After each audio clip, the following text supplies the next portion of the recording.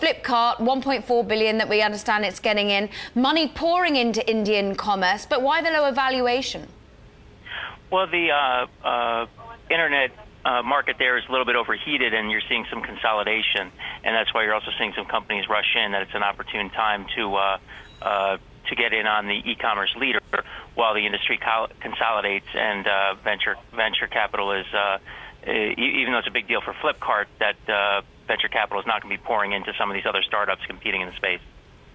Colin, it's great timing for us because we just spent all of last week talking about the opportunities for investment in India, whether you're a tech investor.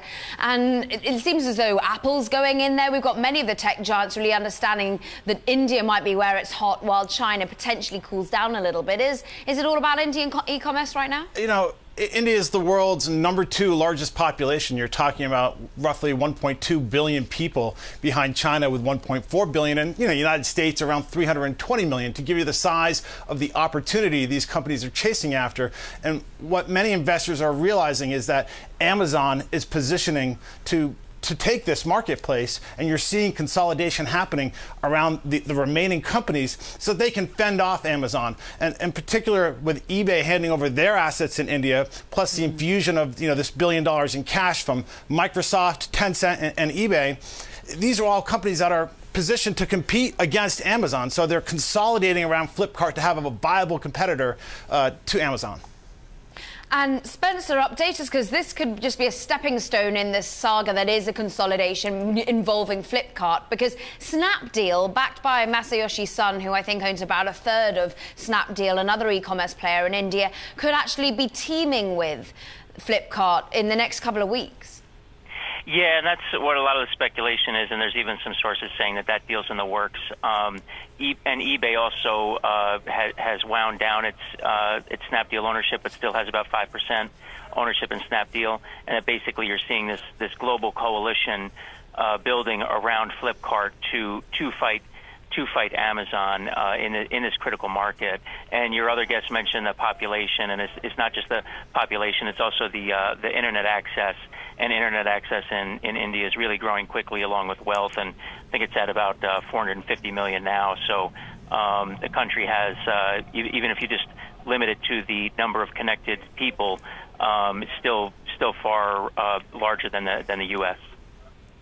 A global coalition. I rather like that turn of phrase, Spencer. And let's ask, therefore, Colin about it. The global coalition that's forming, do you think it's actually enough to stop the $5 billion bet that Jeff Bezos is making with Amazon? Well, that's the question, right? And what we want to see is SoftBank's involvement, and particularly the combination of Flipkart and Snapdeal that would consolidate, two of the players. Again, you'd have that formidable rival to Amazon.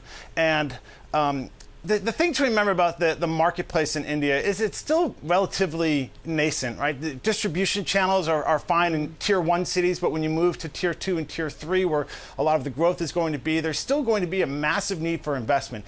Amazon can fund investment from its own cash flows. Companies like Flipkart are going to have to rely on VC money, right? And money from external sources. And currently, this is an industry that's burning a lot of cash, right? We're seeing literally negative gross margins, billions of dollars being invested every single year. So it's going to be a battle, and Amazon is well positioned, given its capital base, to succeed. Plus, they lost in China. They lost to Alibaba. They want to prove to investors that they can win in foreign markets like India.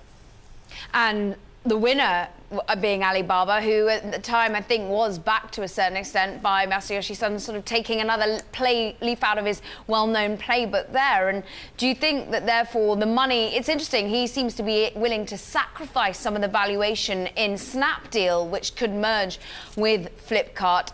There's rumours that we might see an 85% cut in the valuation of Snapdeal if indeed we do see a combination of the two teams. It looks as though Masayoshi Son himself is willing to really take a hit to win in the longer term. Correct, and that would be a very interesting transaction to watch and to see how it's structured, because Son may be willing to take that loss on Snapdeal if he can get a larger stake in Flipkart, and he likes to have stakes that are in that more meaningful category of 20 to 35%. We saw them do that with Alibaba. That was a tremendous investment for them, and we'll see if they can do that again in India.